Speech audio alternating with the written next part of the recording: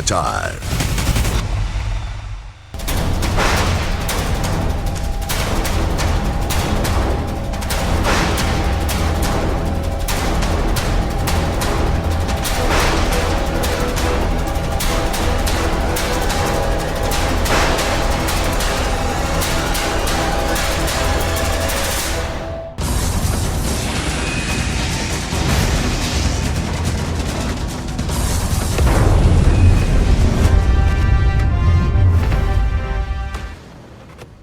अभिवादन स्वीकार कीजिए ब्रजेश मिश्रा का और आप देखना शुरू कर चुके हैं द डिबेट।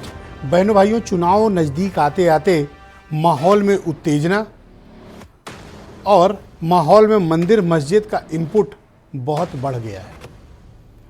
कल उत्तर प्रदेश की विधानसभा में यूपी के चीफ मिनिस्टर योगी आदित्यनाथ ने 5 गांव मांगे, महाभारत वाले, और कहा कि कौरवों से भगवान कृष्ण 5 गांव मांगने गए थे, नहीं दिया। क्या हुआ? महाभारत। 5 गांव का रेफरेंस क्या है? काशी, मथुरा। क्या उत्तर प्रदेश में अब अयोध्या के पश्चात, अयोध्या तो है ही बेस प्लेटफॉर्म में इशूज़ के मामले में, क्या अब काशी और मथुरा, क्योंकि असेंबली में दिया गया बयान कोई सामान्य बयान नहीं होता बहनों भाइयों, ये एक लिखित ऐतिहासिक दस्तावेज होता है जो सदन में रखा जाता है। यानी अब बीजेपी का उत्तर प्रदेश को लेकर एजेंडा स्पष्ट है, काशी और मथुरा आफ्टर अयोध्या।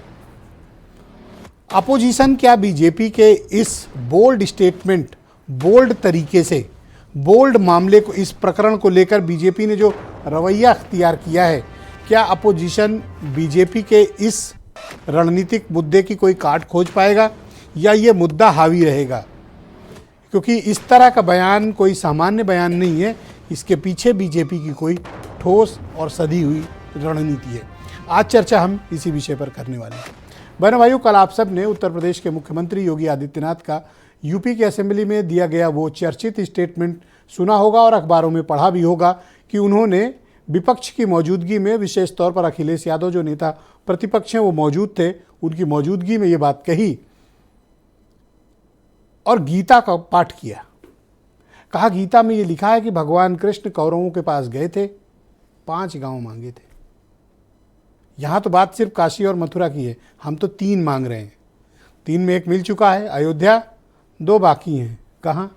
काशी, ज्ञानवापी और मथुरा। बीजेपी ने अपने मुद्दे स्पष्ट कर दिए क्योंकि चीफ मिनिस्टर का स्टेटमेंट बहुत थॉट प्रोसेस के बाद आता है, ऐसा मानते हैं हम लोग। तो चीफ मिनिस्टर का कोई पब्लिक रैली में नहीं, किसी चुनावी मंच में नहीं, किसी प्रेस कॉन्फ्रेंस में नहीं, लेकिन असेंबली के भीतर दिया गया दस्तावेजी ये बयान है। यानी बीजेपी के लिए नेक्स्ट इशूज़ क्या हैं जो इस इलेक्शन से लेकर आगे के इलेक्शन तक उठेंगे? ज्ञानवापी और मथुरा। यह ऑफिशियल हो गया है अब। क्या विपक्ष के पास इन 2 मुद्दों पर बीजेपी से रणनीतिक मुकाबला करने के लिए कोई तरीका है, या विपक्ष अयोध्या की तरह इन मुद्दों पर भी ट्रैप हो जाएगा, फंस जाएगा? मसला यह है कि वर्तमान के जो हालात हैं और जो 22 जनवरी के बाद देश का, प्रदेश का माहौल है, अपोजिशन भी सन्नाटे में है कि ऐसे भावनात्मक धार्मिक मुद्दों को वो किस तरह से हैंडल करे। बहनों भाई, बड़ी इंपॉर्टेंट बात है ये, समझिएगा। भावनात्मक धार्मिक मुद्दों को अपोजिशन कैसे हैंडल करे, ये सबसे बड़ी चुनौती बनकर उभरा है। शिक्षा, बेरोजगारी, हेल्थ, इंफ्रास्ट्रक्चर, जॉब्स, ये सब मुद्दे तो अलग चलते हैं, ये सब डेकोरेटिव मुद्दे हैं, लेकिन जो मूल मुद्दा है उस मुद्दे का कोई काट या उसका कोई काउंटर अपोजिशन के पास फिलहाल नहीं है। बीजेपी की रणनीति, उनके मुद्दे बिल्कुल साफ हैं, ट्रांसपेरेंट है कि हम तो ये करेंगे। वरना कोई कारण नहीं था कि बजट के सत्र के दौरान जब बजट पर चर्चा चल रही हो तब मुख्यमंत्री ने अयोध्या में 500 सालों तक किए गए जुल्म, अन्याय, अयोध्या के साथ ज्यादती, अयोध्या की उपेक्षा, अयोध्या के तिरस्कार और अयोध्या को लेकर अब उनकी क्या रणनीति है, अयोध्या को कैसे त्रेता युग की अयोध्या बनाना चाहते हैं, इसको लेकर उनकी स्पष्टता। बहनों भाइयों, राजनीति में क्लैरिटी बहुत ज़रूरी चीज़ होती है। स्पष्टता जिस राजनेता, जिस राजनीतिक दल के पास है, वो पार्टी और नेता आगे बढ़ता है। स्पष्टता का अभाव अपोजिशन में एकदम साफ है। इन मुद्दों पर अपोजिशन के पास ट्रैप हो जाने के अलावा कोई विकल्प नहीं, क्योंकि 24 घंटे से हम लोग ये देख रहे हैं कि इस मुद्दे की गूंज गांव से लेकर शहरों तक है। लेकिन इस मुद्दे पर अपोजिशन के पास क्या है? क्या यही वो मुद्दा है जो आने वाले जनरल इलेक्शन में बीजेपी इनकैश करेगी, इन्हीं मुद्दों को लेकर आगे बढ़ेगी, या फिर ये मुद्दे 27 और 2029 तक उनके काम आएंगे? अयोध्या का मुद्दा भी 30-40 साल तक संघर्ष के मैदान में रहा है, तो कोई ताज्जुब नहीं कि ये मुद्दे भी, और इस पर कोई हैरत भी नहीं होनी चाहिए कि ये मुद्दे भी 15-20 साल तक चलें। तो इन मुद्दों को हैंडल करने का तरीका क्या है अपोजिशन के पास? क्या कर पाएगा? फिलहाल तो वो अपने यहाँ आई टूट और दरार को समझ नहीं पा रहे हैं कि आखिर एक्सीडेंट के बाद उनकी हालत क्या हुई। अब ये तय है लगभग कि राष्ट्रीय लोकदल इंडिया अलायंस को छोड़कर जा रहा है। ऑलमोस्ट एक क्लैरिटी है, बस कुछ ही दिनों की बात है जब इसका फॉर्मल अनाउंसमेंट होगा। तो ऐसे में यूपी की जो पॉलिटिक्स है वो बड़ी कॉम्प्लिकेटेड होती जा रही है। अपोजिशन के पास रास्ते कम सिकुड़ते जा रहे हैं, बीजेपी के हाईवे चौड़ा होता जा रहा है, बीजेपी तेजी की रफ्तार से आगे बढ़ती दिख रही है। जितने भी सर्वे इस वक्त आ रहे हैं, या टेलीविज़न के मूड ऑफ द नेशंस आ रहे हैं, या जिस तरह की रिपोर्ट्स आ रही हैं, वो अपोजिशन के लिए ठीक नहीं है। और ऊपर से इनकी टूट, मुद्दों पर इनकी स्पष्टता का अभाव, मैं इस बात को फिर दोहरा रहा हूँ, मुद्दों पर स्पष्टता का अभाव यह अपोजिशन को बड़ा परेशान किए हुए, और विशेष तौर पर भावनात्मक धार्मिक मुद्दों पर उसकी स्पष्टता न होना, ये उसे परेशान कर रहा है। और जनता के बीच आप लाख बातें कर लें, शिक्षा, बेरोजगारी, ये वो, लेकिन जनता में के बीच इन मुद्दों की बड़ी साख है और इनकी बड़ी अहमियत है। इसलिए जनता की नब्ज को समझना भी उतना ही आवश्यक है। आप कुछ स्टेटमेंट सुनिए, फिर आज हम इस डिबेट में इस भावनात्मक धार्मिक मुद्दे की स्पष्टता को समझने की कोशिश करेंगे। अयोध्या का उत्सव लोगों ने देखा तो नंदी बाबा ने भी कहा, भाई हम काहे इंतजार करें। उन्होंने भी इंतजार किए बगैर रात्रि में बैरिकेड तोड़वा डाले। और हमारे कृष्ण कन्हैया कहां मानने वाले हैं? अगर हम संख्या बल पे जाएं तो बीजेपी तो ये कहती है कि वो दुनिया की सबसे बड़ी पार्टी है। तो पहले ये तो तय हो जाए कि कौरव कौन है, पांडव कौन है। देखिए, मुख्यमंत्री जी क्या कहते हैं, हमारे लिए संविधान और कोर्ट सबसे बड़ी चीज है। नहीं, ठीक है, बिल्कुल। 3 गांव, 3 शहर, 3 स्थान, पवित्र स्थान, आप 75 जो उत्तर प्रदेश के अंदर जिले हैं उसका विकास करिए, उस पर आगे बढ़ाइए। बहनों भाइयों, आज की परिचर्चा को आगे बढ़ाते हैं। मनोज उपाध्याय बीजेपी के नेता हैं, डॉक्टर उमाशंकर पांडे कांग्रेस से हैं, एस.एम. अशरफ जाने माने मुस्लिम मामलों के स्कॉलर हैं, और अमरनाथ मिश्रा जी सद्भावना समिति अयोध्या के अध्यक्ष हैं, सुनील साजन समाजवादी पार्टी के राष्ट्रीय प्रवक्ता, अरुण राजभर एसबीएसपी से हैं, और वीरेंद्र सिंह जी हमारे स्टेट हेड। आप सभी का बहुत स्वागत और धन्यवाद मेरे साथ इस कार्यक्रम का हिस्सा बनने के लिए। मनोज उपाध्याय जी, कार्यक्रम की शुरुआत आपसे, और मेरा पहला प्रश्न है आपसे, क्या यही मुद्दों को लेकर आप जनता के बीच जा रहे हैं? 3 गांव मतलब काशी और मथुरा? नहीं, देखिए ब्रिजेश जी, जरूरी है भी है, क्योंकि हमारे देश की जो भारतीय संस्कृति है, भारतीय सभ्यता को जिस प्रकार से रौंदने का काम इसके पहले की सरकारों ने लगातार किया था। महाभारत हम लोगों की आस्था का विषय। महाभारत में भी भगवान श्री कृष्ण ने मात्र इस नाते हमें सुलह करने की कोशिश, समझौता करने की कोशिश किए थे, जिससे कि किसी प्रकार से, क्योंकि हम आप भी जानते हैं जब लड़ाई होती है तो विकास वहाँ बाधित होता है। तो कहीं ना कहीं इसी तरह से जिस प्रकार से हमारी पूर्ववर्ती सरकारों ने लगातार, चाहे आप अयोध्या को ले लीजिए, चाहे आप ज्ञानवापी को लीजिए, जिस प्रकार से समाजवादी पार्टी की जो है मुलायम सिंह यादव जी ने वहाँ पे गोलियां चलवाई, वहाँ पूजा करने के लिए बाधित कर दिया था। कहीं ना कहीं इस तरह के कामों को, जिस प्रकार से मंदिरों को तोड़ने का ये लोग काम किया, आतंकवादियों का मुकदमा वापस लें, तो विकास के रूप में जनता को ठगने का काम लगातार मामला तो कोर्ट में है। आप किससे मांग रहे हैं ये 3 गांव? कौन दे आपको ये 3 गांव?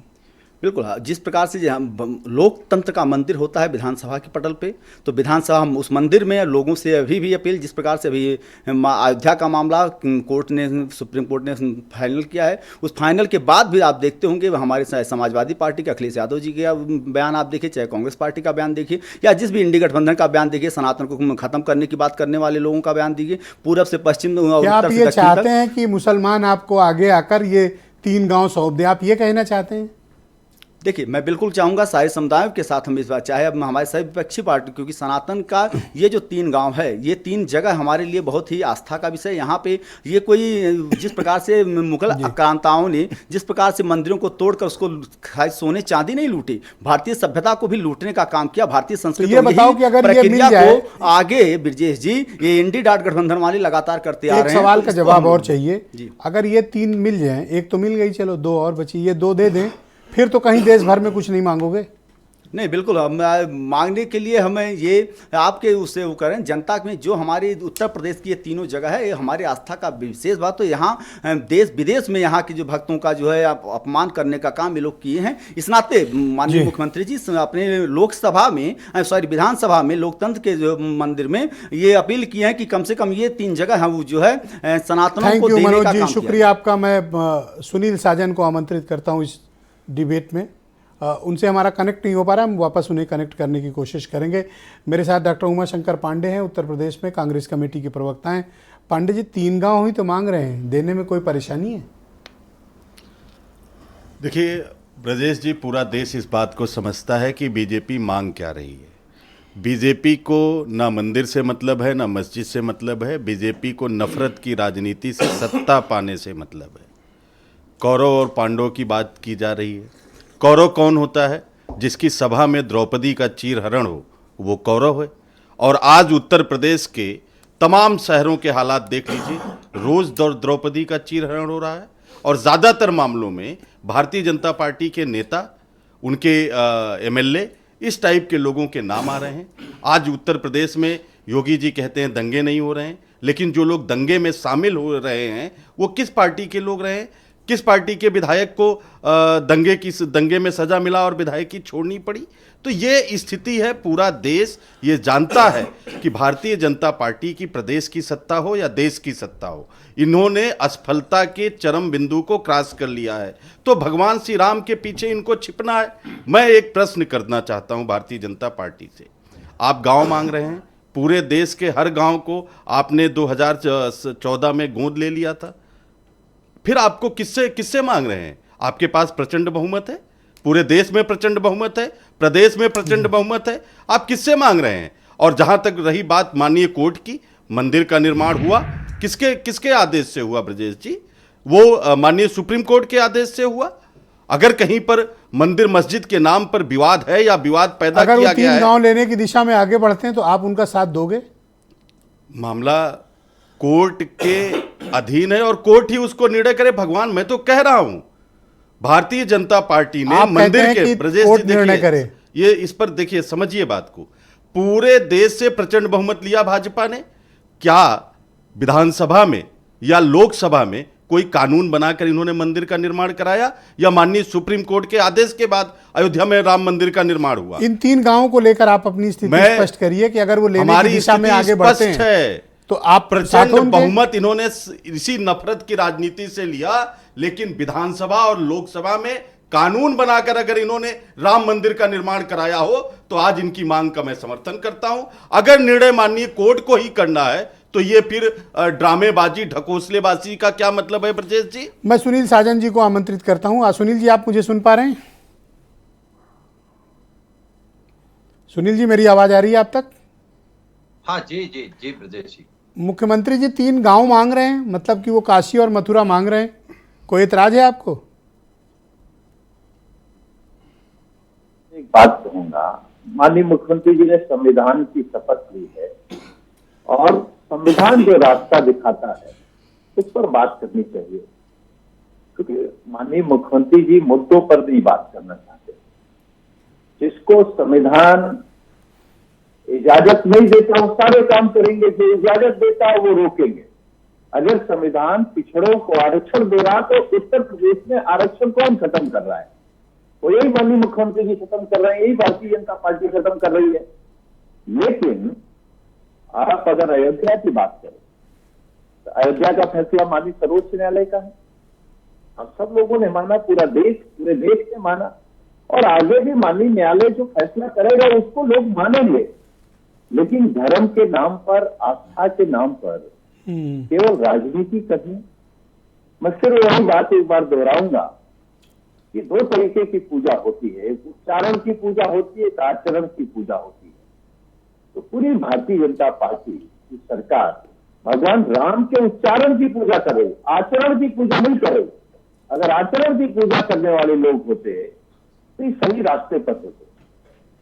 और जो बात मानने की है, हमारे नेता माननीय अखिलेश यादव जी ने कहा है कि माननीय मुख्यमंत्री जी कैसे तय करेंगे कौन कौरव है कौन पांडव है।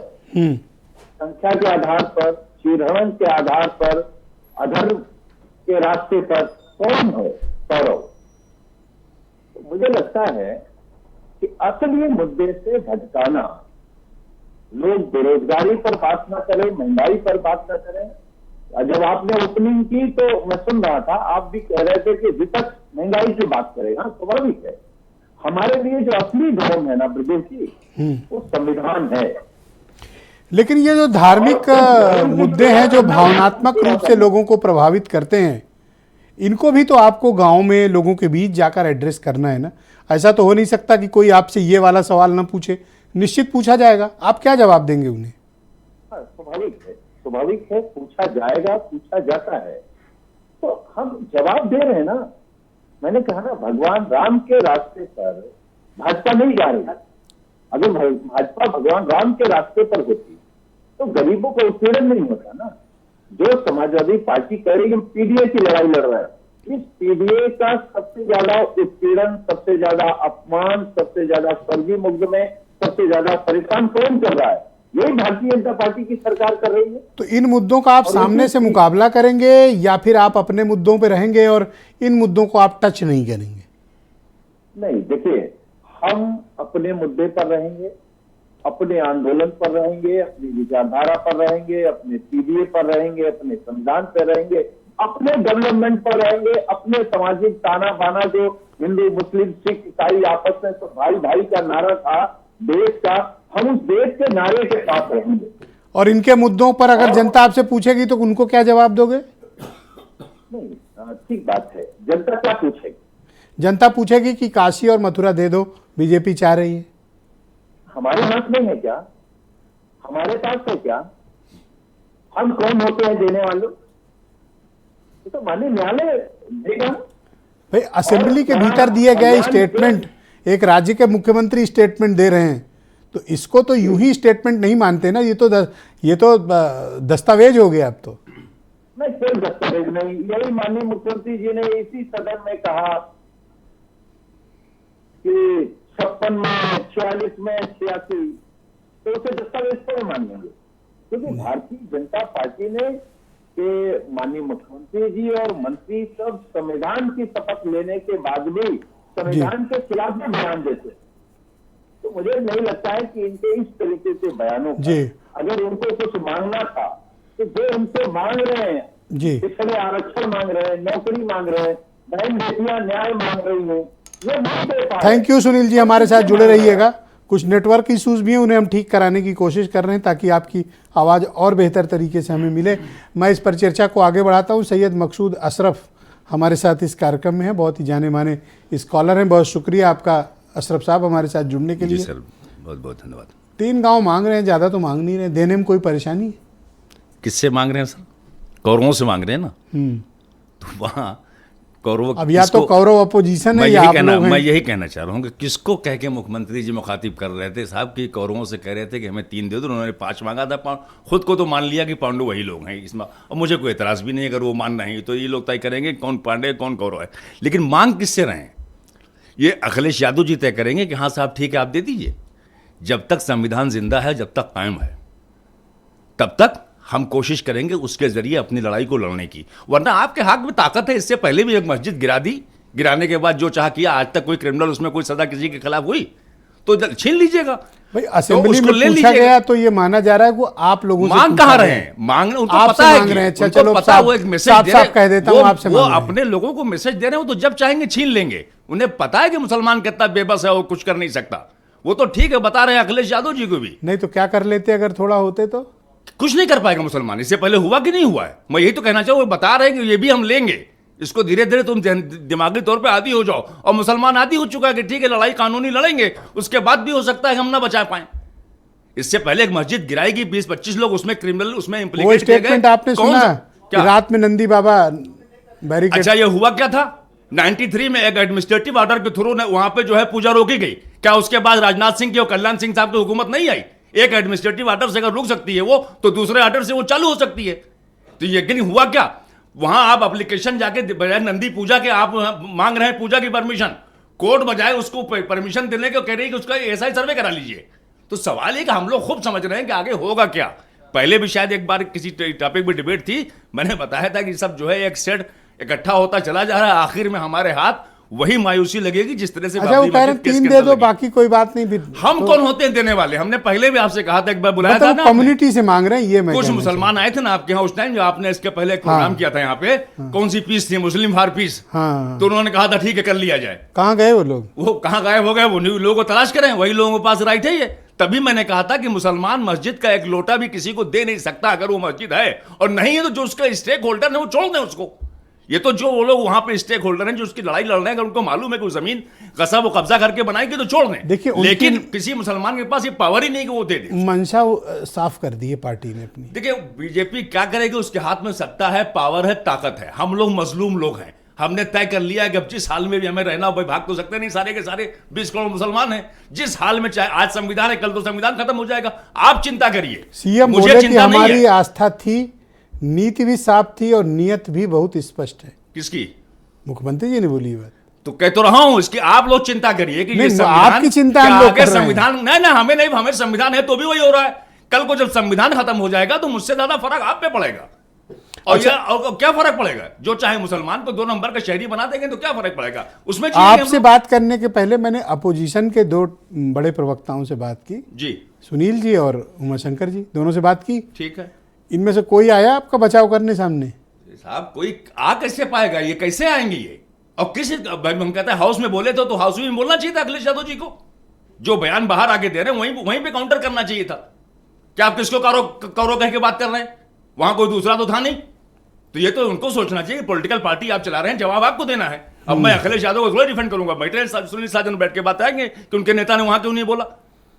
मेरा स्टैंड क्लियर है। ऐसे मुद्दे उठाकर भारतीय जनता पार्टी इन लोग को डिफेंसिव कर आप लोगों कर रही है, इन लोगों क्या करेगी? ये नहीं बोल रहे हैं। नहीं, सरकार तो आपने बनाई है। सरकार मेजॉरिटी बहुसंख्यक हिंदुओं की बनाई हुई है। ये ना कांग्रेस की बनाई हुई है ना समाजवादी की बनाई हुई है। इसका मजा आप लोग लीजिए जितने दिन ले सकते हो। जब आप उसमें आएंगे तब आपका भाई आपके साथ खड़ा रहेगा। ये आप लोगों ने बनाई है, ये किसी समाजवादी किसी बीजेपी उसने बीएसपी नहीं बनाई है। ये बहुसंख्यक हिंदुओं ने बनाई है। जब तक उनको अच्छा लग रहा है कि साहब क्या कह रहे थे मुख्यमंत्री, आपने उसी इतना भाषण चलाया। उन्होंने कहा मुसलमान आज का बहुसंख्यक गिड़गिड़ा रहा है, यह काम बहुत पहले हो जाना चाहिए था। आपने तो सिर्फ एक क्लिप चलाई ना, पूरा बयान सुना है मैंने। अरे 1 घंटा 49 मिनट पूरा का चला था। वो बयान का सार बता रहा हूं। उन्होंने कहा कि बहुसंख्यक गिड़गिड़ा रहा है कि हमें दे दो।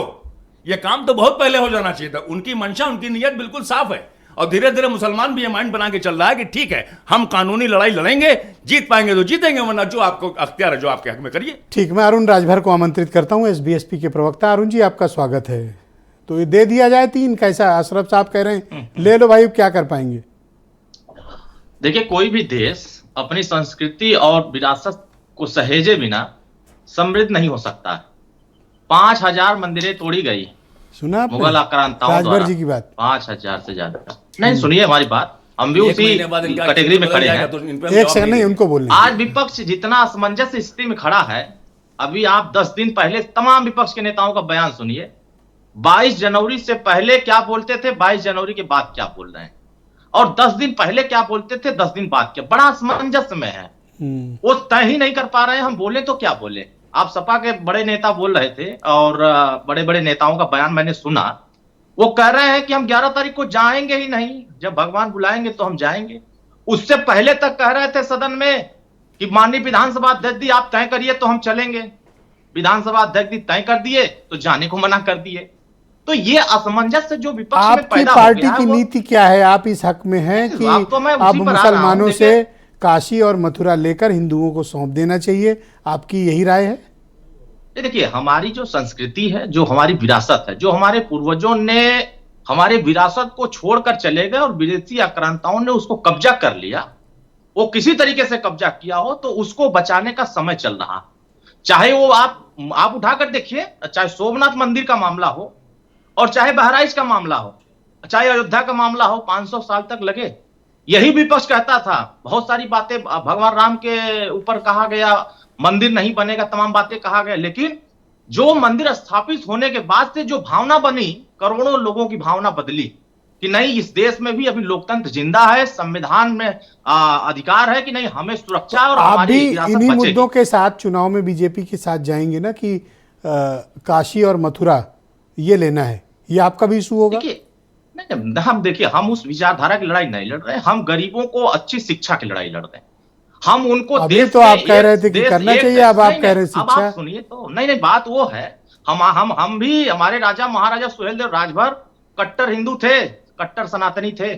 अगर विरासत को देखेंगे तो बहराइच में विदेशी आक्रांताओं से लोहा लिया था और 1.5 लाख सैनिकों को धराशायी किया था कुटला नदी के किनारे, वो हमारे राजा, और उनकी उपराजधानी अयोध्या थी। लेकिन किसी इतिहासकारों ने इस इतिहास को नहीं रखा। कौरव पांडव की लड़ाई हो रही है, महाभारत से बड़ा युद्ध हुआ था महाराजा सुहेलदेव राजभर के साथ, लेकिन अब इस तो आप इतिहास के गठबंधन पन्नों का में हिस्सा हमारे हो इतिहास और गायब है। आप अयोध्या में कुछ स्मारक आपको मांग करनी नहीं, चाहिए। बिल्कुल, हाँ बिल्कुल, हमारे जो वहां के जो हमारी परम विरासत है, उसको बचाने के लिए हमारे लोग काम कर रहे हैं। अयोध्या और किसकी सरकार भी उपराजधानी उसमें बड़ी थी? तेजी ये से तो कार्य पहली कर बार रही ही आप कोई कहते सुनाई दे रहा है। नहीं, ये बात मैं बहुत पहले से कह रहा हूं। ये क्या बहुत ऐसा पहले कोई से मैंने- इतिहास में प्रमाण है, कोई दस्तावेज है, कोई साक्ष्य है? आपके यहाँ बहुत विद्वान लोग चैनल पर आते हैं, इतिहास के बारे में बहुत जानकार हैं, आते हैं चैनल पर बात करते हैं, उनसे थोड़ा अध्ययन कराइएगा कि क्या महाराजा सुहेलदेव राजभर के पीछे आप उठाकर देखेंगे, चाहे मोहम्मद गजनवी का हो, चाहे मोहम्मद गोरी का हो, अगर इनका इतिहास में नाम आ जाता है तो फिर उस समय कालखंड में जितने युद्ध हुए थे उसमें महाराजा सुहेलदेव नहीं, राजभर मैं का क्यों नहीं आपने इतिहास आता है? अयोध्या को उपराजधानी कहा, मैं उसका प्रमाण मांग रहा हूँ। हाँ बिल्कुल, हाँ मेरे पास प्रमाण है, मैं प्रमाण दूंगा कि मेरे पास प्रमाण है कि कहाँ हमारे लिखा राजा हुआ है? महाराजा सुहेलदेव। अब आप अभी आपको दे देंगे सारा चीज, मैं ये आपको WhatsApp थोड़ी कर है कि दूंगा जनरल कौन- स्टेटमेंट दे दें, नहीं, प्रमाण बिल्कुल दो आप। नहीं। हम बिल्कुल प्रमाण देंगे, हमारे पास प्रमाण है, हम प्रमाण तो के बताओ, साथ बात सुनील करते हैं। साजन अब जानना हम- चाहते हैं कब दोगे प्रमाण? नहीं, देखो, हाँ अभी भेज देंगे, व्हाट्सएप कर देंगे, आपको दिख जाएगा। नंबर है कागज उनका? पे ना प्रमाण दिखा जाता है। उनका नंबर है? हाँ बिल्कुल है, हाँ, क्यों नहीं देखा? रहेगा नंबर? देख नंबर रहे हो? सबका हमारे पास है। देख रहे हो? तो लड़ाई देखिए, अब हम लड़ाई क्या लड़ रहे हैं मत समझिए, नंबर का नहीं सवाल है। लड़ाई इस बात का है कि जो आज के समय में आस्था के साथ जो विषय है, आस्था अपनी जगह है और समाज के मुद्दे अपनी जगह है। समाज जब शिक्षित होगा तो अपने इतिहास के बारे में जानेगा। आपने एक जो समाज कंट्राडिक्टरी अशिक्षित रहेगा स्टेटमेंट तो दिया इतिहास नहीं अरुण जानेगा। राजभर जी। उस कंट्राडिक्टरी स्टेटमेंट में कहा कि हमारा मुद्दा तो गरीबों को शिक्षा और रोजगार का है, हमारा मुद्दा वो नहीं है। लेकिन आपने जब अपनी बात शुरू की तो आप तो कह रहे थे कि दे देना चाहिए, संस्कृति और विरासत है। तो ये दो स्टेटमेंट आप कैसे एक साथ दे सकते हो? देश में संस्कृति और विरासत, इन दोनों से ही देश जुड़ा हुआ। हमारी धरोहर नहीं बची रहेगी, हमारी संस्कृति सभ्यता नहीं बची रहेगी, तो हमारी नस्लें क्या जानेंगे कि हमारे पूर्वजों ने क्या संघर्ष किया देश तो के लिए। आपका मतलब दोनों इशू है, आज- आप ये भी चाहते हो 3 गांव भी दे दिए जाएं और आपके मुद्दा भी रहे, ये ना? नहीं, हम 3 गांव का मसला नहीं है। मसला यह है कि जो विवाद पैदा किया जा रहा है, उस विवाद से निपटने के लिए अगर हम तथ्य लेकर कोर्ट में जाएंगे तो आप धराशायी हो जाएंगे। अगर हम प्रेम से कह रहे हैं कि मेरी विरासत मुझे वापस दे दो, तो ये बात समझ में नहीं आ रही। तो एक चीज ये बात क्लैरिटी आएगी दो, समझ। आप ये कहते हो कि दे देना चाहिए? नहीं, बिल्कुल होना चाहिए कि जो हमारे मथुरा है, जो ज्ञानवापी है, जो काशी है, ये हमारी विरासतें, ये हमारे पूर्वजों के संघर्षों का एक प्रतीक है। और उन प्रतीकों को अगर मिटाया गया है तो बचाने का समय चल रहा है। और सुहेलदेव भारतीय समाज पार्टी इन विचारों के साथ, देखिए हमारे, आप अगर महाराजा सुहेलदेव राजभर ऐसे मशरफ एक सवाल मेरे तो पास आपके लिए ठेल रहे हैं, कह रहे हैं ये पूछिए कि मुसलमानों के और हम सबके वोट लेकर ये विधायक बने हैं, अब नहीं चाहिए और आप क्या? कह रहे हैं कि अब नहीं चाहिए। हाँ, अब नहीं चाहिए। अब नहीं चाहिए। देखिए ये वो आप लोग मानसिकता क्या है, कह रहे हैं? वो उन लोगों की हम ये पूछ मानसिकता रहे है। हैं कि अभी जो ये नहीं। बोल रहे हैं ठीक है, एक स्टैंड तो बड़ा अच्छा इन्होंने क्लियर कर दिया कि साहब काशी और मथुरा भी दे देना चाहिए। हाँ। तो क्या आगे की राजनीति जो भाजपा कर रही है, कहती है हमें नहीं वोट चाहिए मुसलमानों का, ओके। कोई टेंशन भी उसको नहीं है, इन्हें तो इनकी भी यही पॉलिसी है क्या अगले बोलो चुनाव के अरुण अंदर? 20 सेकंड। नहीं नहीं, देखिए हम उनको शिक्षा के बारे में चर्चा कर रहे हैं कि वो भी शिक्षित होंगे ना तो अपनी विरासत को समझेंगे। अगर उनके साथ Thank you. धोखा हुआ है, उनके साथ अन्याय हुआ है, तो वो भी अपने विरासत को समझेंगे। अमरनाथ मिश्रा जी मेरे साथ मौजूद हैं, आपका धन्यवाद अरुण राजभर जी, शुक्रिया, परिवर्तन की लड़ाई लड़ रहे हैं। धन्यवाद। मैं मिश्रा जी को आमंत्रित करता हूं। तो 3 गांव मांग लिए गए ऑफिशियली, काशी और मथुरा। देखिए तो आगे की यात्रा शुरू। हाँ, योगी आदित्यनाथ जी ने जो भी ये वक्तव्य दिया है इसका स्वागत करते हैं और हमें उम्मीद है कि 2027 में जब उत्तर प्रदेश विधानसभा का चुनाव होगा तब तक ज्ञानव्यापी श्रृंगार गौरी का भव्य मंदिर काशी विश्वनाथ कॉरिडोर के साथ जुड़ करके पुनर्सुंदरीकरण की भव्यता को प्राप्त कर लेगा। और बयान जो उन्होंने दिया है बिल्कुल सही ये दिया। चुनाव वाला सुन आपने लीजिए, क्यों बताया कि 27 तक? 27 के पहले 3 चुनाव साल से हो मंदिर जाए। का क्या लिंक है? चुनाव हमारा सब कुछ चुनाव ही है। ओके, सब कुछ चुनाव है हमारा। अच्छा, हमारा अधिकार, विधान, संविधान सब कुछ हमारा चुनाव ही है। यही बात सुनील साजन को समझा रहा सुन था। लीजिए, देखिए सुनील साजन का भी चुनाव था। नेताजी ने 1992 में श्रृंगार गौरी ज्ञानव्यापी का मंदिर का पूजन रुकवाया था बगैर किसी आदेश के, अधिकारी अफसरों पर दबाव डाल करके। ये जो कौरवों की सेना है, ये हमाज और हिजबुल से जुड़े हुए जो लोग हैं, जो एक विशेष धर्म के लोगों का वोट लेना चाहते हैं, ये कौरवों की सेना है। हमास कहाँ गया? सब है उसमें शामिल, हिजबुल्ला भी सब शामिल है उसमें, यूपी में। और इन्हीं ताकतों को खुश करने के लिए, प्रसन्न करने के लिए बाबरी मस्जिद का मामला अटकाए भटकाए रखा गया, श्रृंगार गौरी की मंदिर पूजा रोकी गई, कृष्ण जन्मभूमि में। अभी देखिए 2 दिन पहले बागपत में लाक्षागृह का मुकदमा हिंदू समाज जीता है। उसको मुलायम सिंह जी की सरकार ने कह दिया था जमीन लाक्षागृह की वक्फ बोर्ड की है। 35 साल मुकदमा चला और लाक्षागृह का मुकदमा हिंदू समाज अपनी जीता। और देखिए हिंदुओं की करुणा, सनातन संस्कृति की उदारता है, इसलिए हम न्यायालय में गए। किसको नहीं मालूम श्रृंगार गौरी और ज्ञानव्यापी में क्या है वहाँ पर? ऐसा कि अगर सर्वे हुआ और रिपोर्ट आएगी गणेश जी हैं, वहाँ शंख बना हुआ है, त्रिशूल बना हुआ है, तो क्या मुसलमानों को नहीं दिख रहा है? तो इस ये हमारे धर्म स्थल पर नमाज क्यों पढ़ रहे हैं? आप ब्रजेश ये बताइए कि जब साफ साफ दिख रहा है कि ये हिंदुओं का स्थान है, विश्वनाथ मंदिर के बगल में है, तो वहां नमाज पढ़ने क्यों जा रहे हैं? जबरदस्ती पूजा की रोक की मांग तो अब मुसलमान लोग कर रहे हैं। किसके सहारे कर रहे हैं? यही सपा बसपा कांग्रेस और दुनिया भर के लोग कौरव। अच्छा, क्लैरिटी दीजिए कि योगी जी कह रहे हैं कि 3 गांव दे दो, महाभारत टल जाएगी। मतलब नहीं तो क्या मतलब सिर्फ ये काशी और मथुरा अगर मिल जाए? एक काल्पनिक सवाल दे रहा हूं आपके सामने, तो फिर मामला खत्म, और कुछ नहीं मांगेंगे ना? मामला तो अभी तक जो जहां के विषय, या हर गांव शहर यही चलेगा? गांव शहर की बात नहीं है। जो विशेष महत्वपूर्ण धर्म स्थल हमारे हैं, जिनका मामला अभी तक न्यायालय में लंबित है, जिला न्यायालय में, हाई कोर्ट में, सुप्रीम कोर्ट में, उनकी लड़ाई तो हिंदू समाज लड़ेगी आखिरी तक। योगी जी ने ये कहा है कि हमने तो 3 मांगे थे, अयोध्या, काशी और मथुरा मांगा था। सुप्रीम कोर्ट ने अयोध्या दे दिया, अयोध्या हुई हमारी है, काशी मथुरा की बारी है। भाई अभी भी उदारता से कह रहे हैं कि मुसलमानों किससे मांग रहे हैं? अरे भाई हिजबुल्ला और हमास के लोगों से, हमास से, कौरव लोगों से मांग रहे हैं। कौरव की जो सेना है, जो एक विशेष धर्म के लोगों का वोट लेने के लिए हमास और हिजबुल्ला हिंदू समाज को भ्रमित कर रही है। ये तो इजराइल में है। समाजवादी अरे एक सेकंड रुक तो जाओ, अरे सुन तो लो, सवाल तो ले लो। हमास और हिजबुल्ला तो इजराइल में है। अरे भैया यहाँ किससे मांग? ये सब वही के उसी के समर्थक है सब।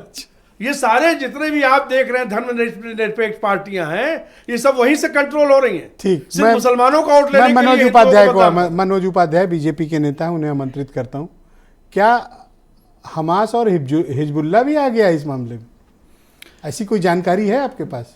नहीं, देखिए ब्रजेश जी, जब अभी तक हमारे जो भी मित्र है, जैसे सुनील साजन जी ने कहा या हमारे कांग्रेस के मित्र ने कहा, बहुत अच्छी बात कही कि कौरवों ने द्रौपदी का चीरहरण हुआ, लेकिन ये भूल गए कि राजस्थान की संसद विधानसभा के पटल पे इनके मंत्रियों ने कितना बढ़िया बयान दिया था, कितना सुंदर बयान दिया था। उस पर शायद थोड़ी सी शर्म बाकी नहीं रह गई।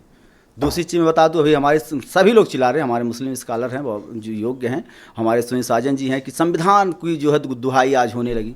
93 में संविधान गायब हो गया था, उसके बाद लगातार संविधान गायब होता चला गया। क्या हुआ था 93? जब इन्होंने, चाहे मुलायम सिंह यादव जी ने वहाँ पे जो है पूजा रोकने का काम किया, मुलायम सिंह यादव जी ने गोलियां चलवाने का काम किया, अखिलेश यादव जी ने मुजफ्फरनगर में जिस प्रकार से असलहा लहराते हुए उनके सहयोगियों ने गोलियां चलवा के सनातन को पलायन करने पर विवश कर दिया। मुलायम सिंह यादव ऐसे थे आप लोग की नज़र में?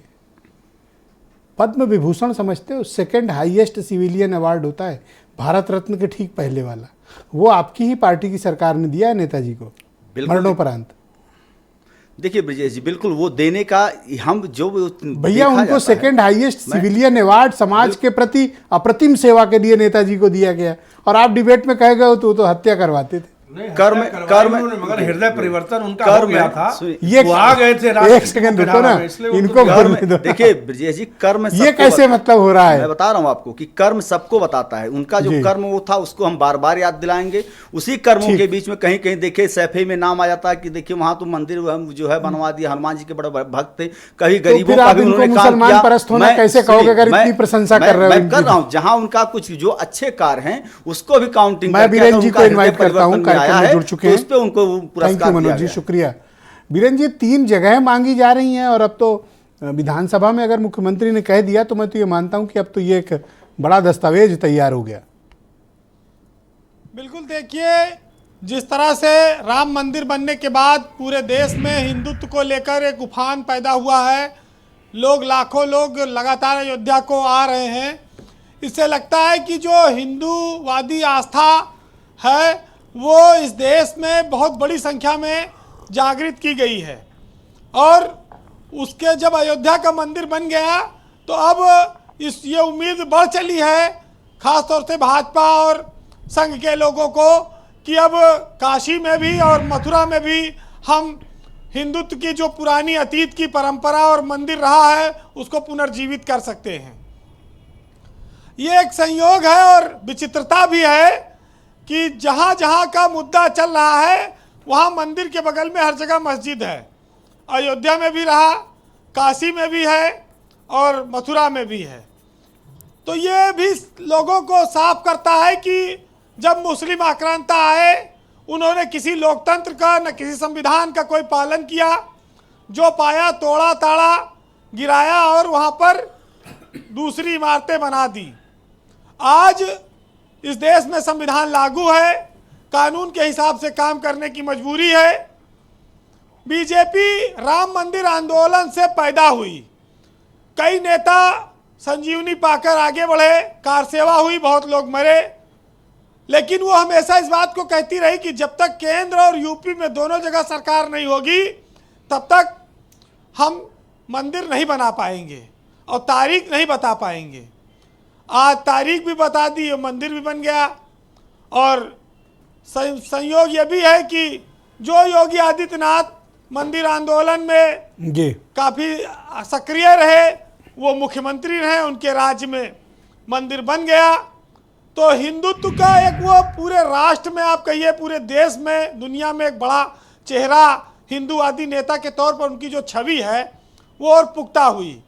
हाँ, मुख्यमंत्री के तौर पर वो सख्त माने जा रहे हैं और उनका जो बयान है वो हिंदुत्व के प्रति उनका जो झुकाव है, जो जिस पीठ से वो आते हैं उसको परिभाषित करता है। लेकिन अब बहुत सारे लोग उसको सदन में बोलने पर बहुत सारी बातें कह सकते हैं, लेकिन भाजपा को इस समय ये सब फायदा दे रहा है। तो जो फायदे वाली चीज़ है, वोट मिल रहा है, जिससे वो बोलने और करने में कोई समस्या नहीं है। और कौरव पांडव बात राम के चलत रही, महाभारत के बाद शुरू हो गई। राम शांति के प्रतीक थे, महाभारत लड़ाई झगड़ा के तमाम संदेश छिपा है उसमें। तो ये तो वही होगा कि सांड पूरे गांव-गांव में आतंक मचा दे।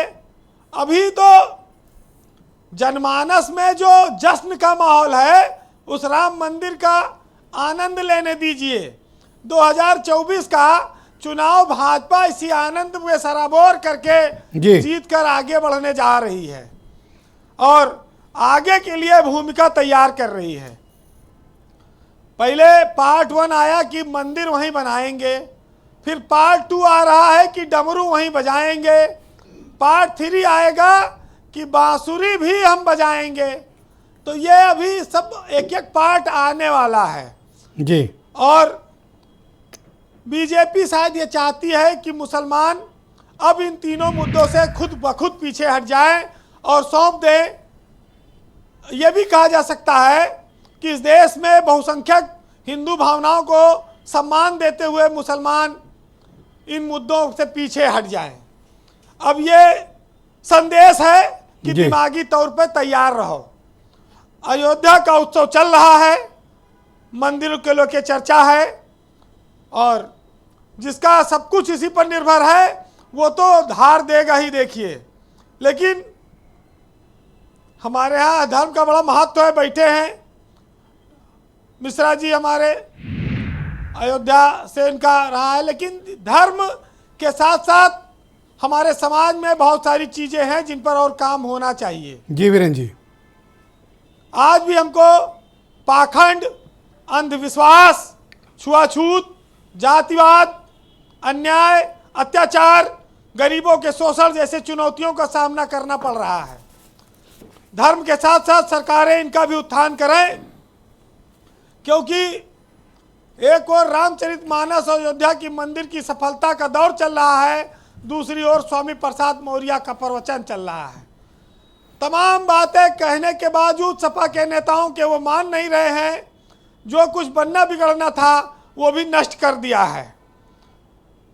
प्रख्यात इतिहासकार इरफान हबीब ने कहा कि इसमें कोई दो राय नहीं है कि काशी मथुरा के जो मस्जिदें बनी हैं वो मंदिर को तोड़कर बनाई गई हैं।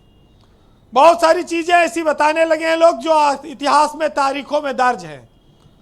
और अब यहाँ पर अगर मंदिर बन जाए तो शायद मुसलमानों को उतना एतराज़ भी नहीं होगा, क्योंकि एसएम अशरफ ने कहा कि भाई चाहे कानून से ले लो चाहे ज़बरदस्ती ले लो, अब हम तैयार हैं। तो ये कुल मिला के यह कि मानसिक रूप से तैयारी वाली बात है। फिलहाल सुनिएगा, तैयार अच्छा सुन तो लो वीरेंद्र जी जो हाँ मैं दूंगा आप कि जिस देश में जी राम और अल्लाह के बीच कोई भेद न होता रहा हो, जिस देश में गंगा और जमुना, हिंदू मुस्लिम ईद बकरीद होली दिवाली पर एक दूसरे के गले मिलते रहे हो, वहाँ पर धर्म के लिए, मंदिर मस्जिद के लिए लड़ाई अच्छी नहीं है। फिलहाल सुनिएगा कि कोई कहे अल्लाह बड़े, कोई कहे श्री राम और कोई कहे ईसा तो कोई कहे सतनाम। कहीं धर्म के नाम पर दहक रही बंदूक और कहीं धर्म के नाम पर चमक रही संदूक। हम सबको दो हाथ मिले हैं करने को दो सत्काम, एक हाथ से जेब भरी एक हाथ से जाम। नाम नहीं ले राम का तब भी होंगे काम, और रावण की अगर राह चला तब बिगड़ेंगे काम। बहुत शुक्रिया वीरेंद्र जी, ग्राउंड जीरो से अपने इनपुट, फीडबैक और पॉलिटिकल ऑब्जर्वेशंस हम सब तक पहुंचाने के लिए आपका बहुत बहुत शुक्रिया। बहनों भाइयों, इस परिचर्चा को आगे बढ़ाएंगे। डॉक्टर उमा शंकर पांडे उत्तर प्रदेश में कांग्रेस के प्रवक्ता हैं, हमारे साथ मौजूद हैं। ये स्थिति स्पष्ट कर दी बीजेपी की तरफ से, ये उनका कोर इशूज़ है। इन इशूज़ पर आपकी पार्टी क्या ओपिनियन रखती है? ब्रजेश जी देखिए, कांग्रेस पार्टी एक विचारधारा पर काम करती है। आपने कहा कि विपक्ष में स्पष्टता नहीं है, इस पर स्पष्टता दे दो। कांग्रेस पार्टी हमेशा से पूरी स्पष्टता के साथ काम करती रही। 1885 से जब इस देश में कुछ लोग एक साजिश कर रहे थे अंग्रेजों के साथ मिलकर कि हिंदू और मुस्लिम की एकता को तोड़कर इस देश की गुलामी की जंजीरों को और लंबा बढ़ाया जाए, तब गांधी जी ने सर्वधर्म समभाव और सर्वधर्म प्रार्थना के माध्यम से हिंदू मुस्लिम सिख ईसाई सबको एक मंच पर लाकर अंग्रेजों के खिलाफ एक लड़ाई लड़ी और उसमें जीत हासिल की। रघुपति राघव राजा राम हो या ईश्वर अल्लाह तेरो नाम की बात हो, कांग्रेस पार्टी को इसमें जरा भी अस्पष्टता नहीं है।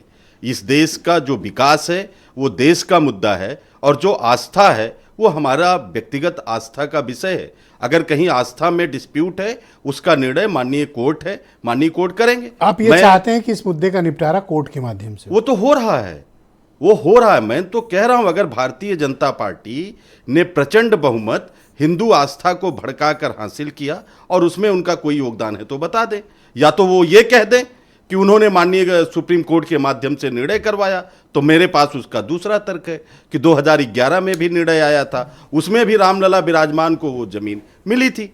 ऐसी स्थिति में आपका क्या योगदान है सिवाय नफरत की राजनीति के, सिवाय राम मंदिर मस्जिद के नाम पर दंगे करवाने के, सिवाय जो गरीब जनता के मूल विषय हैं उनसे ध्यान भटकाने का मैं दूंगा, आपने किया क्या?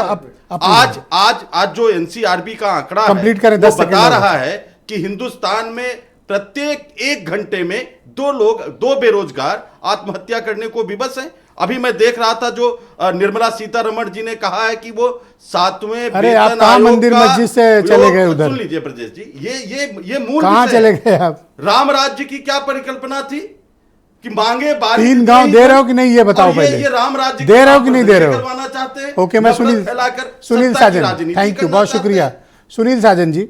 देखिए, ये स्थिति स्पष्ट हो गई कि ये मुद्दे अब केंद्रीय मुद्दे हैं। इन मुद्दों के बीच आपको चुनाव में भी जाना है, तो ऐसा तो हो नहीं सकता कि आप दूसरे मुद्दों पर बात करें और इन मुद्दों पर बात ना करें। इस पर तो आपको स्पष्टता खुलकर देनी पड़ेगी। देखिए ब्रजेश जी, ये भारतीय जनता पार्टी के मुद्दे हैं। हर पार्टी के अपने अपने मुद्दे होते हैं। उनकी प्राथमिकता क्या है? हमारी प्राथमिकता में किसान है, बेरोजगार नौजवान है, गरीब है, महिलाएं हैं।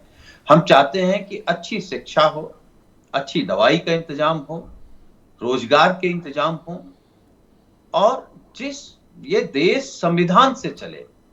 जहां तक सवाल आस्था का है, मैं भारतीय जनता पार्टी के प्रवक्ता को सुन रहा था कि देश, देखिए, आस्था से देश नहीं चलेगा, देश संविधान से चलेगा। आस्था हमारा आपका निजी विषय है, आस्थावादी हम भी हैं। आप कृष्ण की बात करके हमको बता रहे हैं कि हम दूसरे धर्म के पक्ष में खड़े हैं, हम कृष्ण विरोधी हैं, हम मंदिर विरोधी हैं, और खुद को क्या बता रहे हैं? तो इससे ज्यादा अधर्म और इससे ज्यादा कलयुग क्या होगा? अच्छा, अरुण की बात आपने सुनी। अरुण कह रहे हैं कि अयोध्या तो हमारी उप राजधानी थी, वहां तो राजा सुहेल देव का भी। देखिए, राजा सुहेल देव जी का बहुत शानदार इतिहास है, और ये मैंने कहीं पढ़ा नहीं है कि उनकी कहाँ उप राजधानी थी। अभी उन्होंने आपको एक व्हाट्सएप भेजा है, मुझे उन्होंने मैसेज किया है कि आपको बता दें कि आपको एक व्हाट्सएप किया है, एक अखबार में छपा हुआ है ऐसा। वो ठीक बात है, वो भाई हैं, अगर वो कह रहे हैं, उन्होंने अध्ययन किया होगा, तो मुझे लगता है वो सरकार के सामने, माननीय न्यायालय के सामने जाए। न्यायालय तो सबकी सुनेगा, पर मुझे लगता है कि वो रामनगरी में एक विवाद उत्पन्न करना चाहते हैं राजभर जी। भाई, भगवान राम नगरी में क्या विवाद उत्पन्न करेंगे? वो तो पीडीए का हिस्सा हैं, अपना हक अधिकार मांग रहे हैं, गलत जगह जाके मांग रहे हैं। जो छीन रहे हैं उन्हीं के साथ खड़े हैं। अरे, मांगने वालों के साथ खड़े होकर के मांगिए, और सिर्फ मांगिए नहीं, लड़िए और छीनिए। अगला 1.5 मिनट, ठीक, मैं अरुण राजभर को आपसे कनेक्ट करता हूं। बताइए भाई अरुण जी, आप तो पिछड़ों के हक की बात करने गए थे, अब आप स्मारक और मंदिर तक आ गए। आप नहीं, देखिए, हम तो आपको पहले कह रहे हैं, हमारी संस्कृति और हमारी विरासत और हमारी जो सभ्यताएं हैं, अगर वो बची नहीं रहेंगी तो हम अपनी नस्लों को नहीं बता पाएंगे कि हमारे इतिहास क्या है। महाराजा सुहेलदेव राजभर ने और बाबा साहब अम्बेडकर ने बात सही कहा कि जो समाज अपना इतिहास नहीं जानता, अपने बुजुर्गों की कदर नहीं करता, वो समाज कभी तरक्की नहीं कर सकता। और तरक्की के रास्ते पर जाने के लिए इतिहास जानना बहुत जरूरी होता है। बहराइच में जब विदेशी आक्रांताओं ने युद्ध लड़ा था, तो वहां से हारने के बाद वो अयोध्या चढ़ाई करना चाह रहा था, और अयोध्या चढ़ाई करने से पहले ही बाबर की सेना को धराशायी कर दिया महाराजा सुहेलदेव राजभर के वंशजों ने। इस इतिहास को 1828 ईस्वी में आप जाकर देखें, मैंने जो आपको भेजा है पूरी कहानी उसमें। अभी तो पूरे पन्ने, बहुत सारे पन्ने हैं जो हमने निकाल कर रखा हुआ है, वही नहीं है।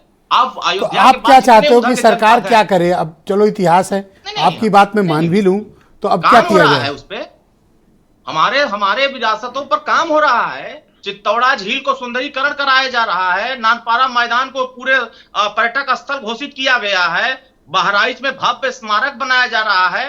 वो हमारे विरासतों को आगे नहीं बढ़ाया जा रहा है तो किसके विरासत को बढ़ाया जा रहा है? हमारे विरासत को नहीं बचाया जा रहा है तो किसके विरासत को बचाया जा रहा है? ये सुनील साजन जो पूछ रहे हैं, आप तो आए थे पिछड़ों का हक लेने के लिए, और आप चले गए सबको लेके इतिहास में। उसको बनारस का राजा कुछ बता रहा है। नहीं, देखिए, हमारे समाज को इतिहास भी जानना जरूरी है। आज इतिहास में चर्चा हो रही है कौरव पांडवों की लड़ाई, बनारस का राजा कौन है? नहीं, एक सेकंड रुकिए, बनारस का राजा किसको कहा? राजा बंदार, राजा हमारे महाराजा सुहेलदेव राजभर के भाई थे वहां बनारस में। वहां उन्होंने युद्ध, बनारस में। रुको, अमरनाथ जी कुछ कहना चाह, ये कहाँ का क्या है? आप दशाश्वमेध घाट पर जाएंगे ना, दशाश्वमेध घाट पर जाएंगे तो वहां दशाश्वमेध, वहां भी हुआ है राजा सुहेलदेव राजभर के साथियों के साथ। आप इस पे बोल दो, देखिए वहां ये बहुत नजदीक बड़ा कर दीजिए। आयोजन हुआ था। देखिए, एक सेकंड अरुण, ये जो आप इतिहास को उलटने पलटने की बात कर रहे हैं, ये अपनी राजनीतिक मूर्खता का परिचय दे रहे हैं। क्या? राजनीतिक मूर्खता का परिचय दे रहे हैं। कौन सी गलत बात कह दी? गलत बात ये कही इन्होंने कि सोहेल देव जी की उपराजधानी अयोध्या थी। ये कहाँ लिखा हुआ है? झूठ बोल रहे हैं। किसी अखबार में कुछ छप जाए, गली मोहल्ले के अखबार में, तो उसको आप इतिहास बना देंगे। गलत बता रहे हैं। और आप काशी नरेश वहाँ हैं तो आप बता रहे हैं कि हमारे मंदार जो है बनारस के राजा थे। 1528 पता नहीं ये स्वामी प्रसाद मौर्य की भाषा क्यों बोल रहे हो भैया? ये स्वामी प्रसाद मौर्य के साथ जो आपने समय बिताया है, उसका कुछ अंश आपके अंदर रह गया है। क्यों बनारस में तो नहीं था कुछ? बनारस में कुछ नहीं था इनके। कुछ नहीं। नहीं आप अगर अरे झूठ बोल रहे हैं कि हमने बाबर को मारा, ये किया वो किया। बाबरी मस्जिद इतने दिन कैसे बनी रही? अगर इन्होंने बाबर को वहां मारा, गिराया, सब कुछ किया, सुहेल देव उसके भांजे का नाम जानते हैं, तो इतने दिन बाबरी मस्जिद कैसे खड़ी रही वहां पर? इसके जिम्मेदार तो फिर यही है। गजनवी के भांजे का इसका नाम मतलब है कि इसके जिम्मेदार ये राजभर लोग हैं। अगर इतने दिन वहां बाबरी मस्जिद रही तो नाम क्या था, जरा हमको इसके जिम्मेदार ये है कि वो राजधानी इतिहास बता रहे हैं। बताइएगा उप राजधानी थी सुहेल देव राजभर की, तो मस्जिद तो इन्होंने बनवाई वहां पर। बाबर के ही वंशज। ये कौन सी कहानी है? अरे ये कहानी बता रहे हैं, हम भी कहानी बता रहे हैं। इनकी कहानी चलेगी तो मेरी भी चलेगी। अयोध्या की तरफ चढ़ाई किया। बाबरी मस्जिद कैसे बनी रही? तो बनारस कभी राज रहा होगा भाई, उनका हो सकता है। सब फर्जी बातें। ये स्वामी प्रसाद मौर्य के साथ में जो इन्होंने समय व्यतीत किया है, उसका कुछ अंश इनके मुख से निकल रहा है। लड़ाई हुई थी। कल कोई बता देंगे कि लखनऊ में भी इन्हीं का है। लक्ष्मण जी का लखनऊ ही नहीं है। कृष्ण मथुरा का भी कल अगली डिबेट में बता देंगे कि वो भी मेरा है। ये तो नए नए इतिहास गढ़ रहे हैं। हमारे जो इतिहास हैं वो इतिहास के पन्नों में दर्ज इतिहास उठाकर देखेंगे। 1528 नया इतिहास रचा जा रहा है। 1009 से 1034। एक सेकंड अरुण, हाँ क्या कह रहे थे आप? ओम प्रकाश राजभर जी को उत्तर प्रदेश सरकार में मंत्री बनाने के लिए नया नया इतिहास गढ़ा जा रहा है। और ये बताया जा रहा है कि उत्तर प्रदेश की सारी रियासतें जो थीं वो राजभरों की थी। अभी उप राजधानी इन्होंने बताया अयोध्या, 10 मिनट के अंदर ये काशी आ गए। अगली डिबेट में ये मथुरा में होंगे, फिर लखनऊ में होंगे। सब कुछ इन्हीं का था और कुछ है ही नहीं। ओके, आपके ही सांसद ने मामला तो कहा दूसरी गोंडा में थैंक यू जो अरुण। वो डिबेट कहीं हो रही थी और पहुंच कहीं गई। हर चुनाव में बदल जाती है। बोलिए जी। बहुत अहम सवाल है। पहला तो मैं क्लियरिफाई कर दूं, वीरेंद्र सिंह साहब को शायद मेरी बात से हुआ कि मैंने कहा हम लोग मजबूर हैं। हम ये नहीं कह रहे हैं साहब हमने गिव अप कर दिया, ले जाइए, हम कुछ कर ही नहीं सकते। दूसरी बात बताना चाहता हूं, मुसलमानों की सबसे बड़ी विडंबना ये रही, उसने कभी अपना कोई लीडर पैदा नहीं किया आज़ादी के बाद। हमेशा किसी सेकुलर पार्टी को ये मानते हुए गए कि हम इनके पीछे जा रहे हैं, हमको प्रोटेक्ट करेंगे। 91 के अंदर मुलायम सिंह यादव साहब की पोजीशन ये हुई कि 30-32 सीटें उनको आई थी जब समाजवादी जनता पार्टी से वो चुनाव लड़े। उसके बाद लगा कि वो पार्टी खत्म हो गई है। 92 में जब मस्जिद शहीद होती है सर, उसके बाद भी मुलायम सिंह साहब कहते हैं कि साहब देखो तुम्हारी मस्जिद 2 साल पहले 90 में टूट गई होती अगर हम ना आए होते। उसका 30 साल तक मुसलमानों ने सिला एक तरफा दिया। आज उसी पार्टी के जो मतलब उनके उत्तराधिकारी हैं नेता, हाउस के अंदर उनकी जबान छिल जाती है इस बात को बोलते हुए कि उन्हें काउंटर करना चाहिए। तो सवाल हमारे लिए बहुत मुश्किल हो गया है कि हम किसके साथ जाएं। धन्यवाद, बहुत बहुत शुक्रिया। मैं आप सभी का बहुत आभार प्रकट करता हूं इस बेहद महत्वपूर्ण सामाजिक परिवेश की परिचर्चा का हिस्सा बनने के लिए। और बहन भाइयों, आप सबका बहुत शुक्रिया, धन्यवाद, नमस्कार।